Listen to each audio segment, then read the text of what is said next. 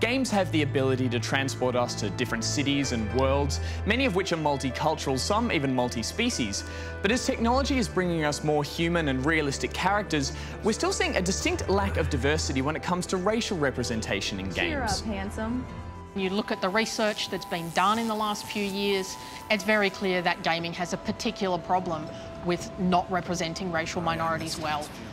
So the statistics show that most characters in games of all kinds are white, and that minority characters are racial stereotypes. El hombre. Cesar's giving you a big job, muy importante. And minority characters also tend to be minor characters in a game. They'll either be non-player characters or the support cast, really. You've lost your nerve, Ishii. I honor my oath to serve you, despite your recklessness.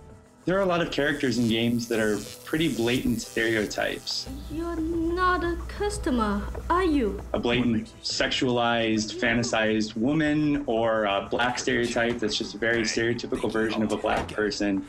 And those stereotypical portrayals of different identities, I believe, and a lot of us believe, reinforce this idea or these limiting ideas of these different identities and are doing nothing to help the issue. And if anything, they're making things worse. Hey, Cracker! What you doing in there?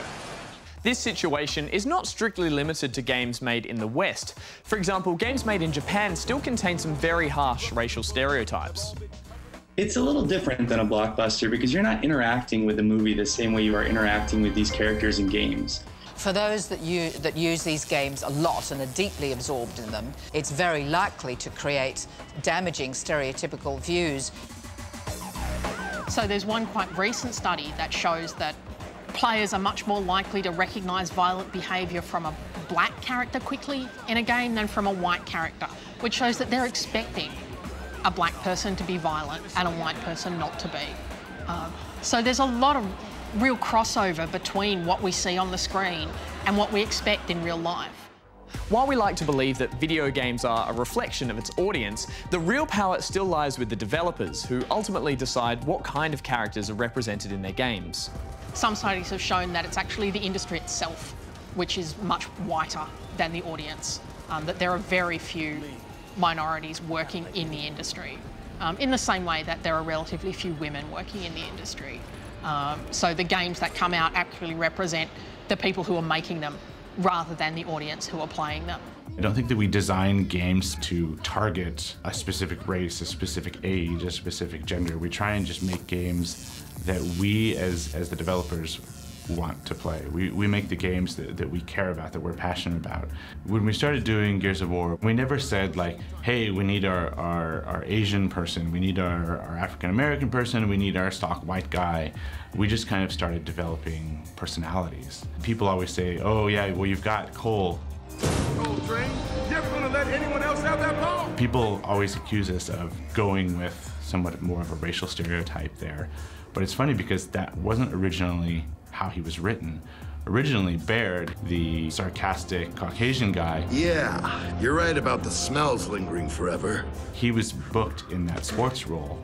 And then we met the actor who we chose to do Cole, and we kind of started tailoring it more toward him.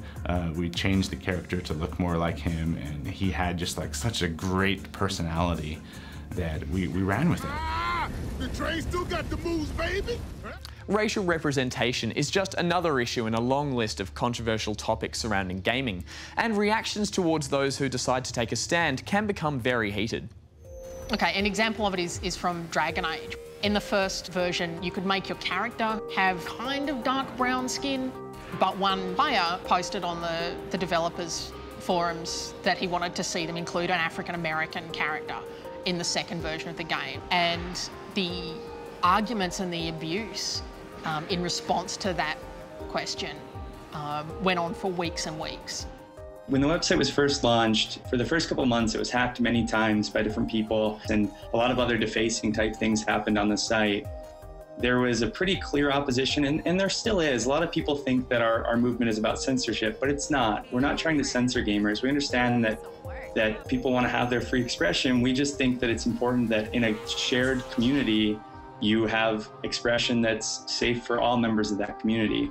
It does raise this critical question of how you balance the undeniable and vitally important right to freedom of speech with equally the right not to be subject in a public context to a form of racial hatred. As we all become more vocal and the industry is better racially represented, we can start to see the immediate impact in the games. Recently, Sleeping Dogs has received acclaim for developing nuanced Chinese lead characters. I want to give you a chance, Shen, but you have to work with me. Assassin's Creed 3 also led the way in incorporating historical racial representation with Connor and Aveline. The upcoming BioShock Infinite plans to explore race relations inspired by the early 20th century.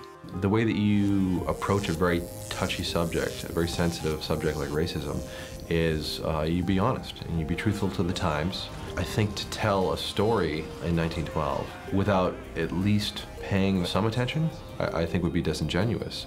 So as long as you maintain that authenticity and don't try and go for the cheap shots, I think it makes it believable, and I think gamers will be able to understand and better immerse themselves in the world.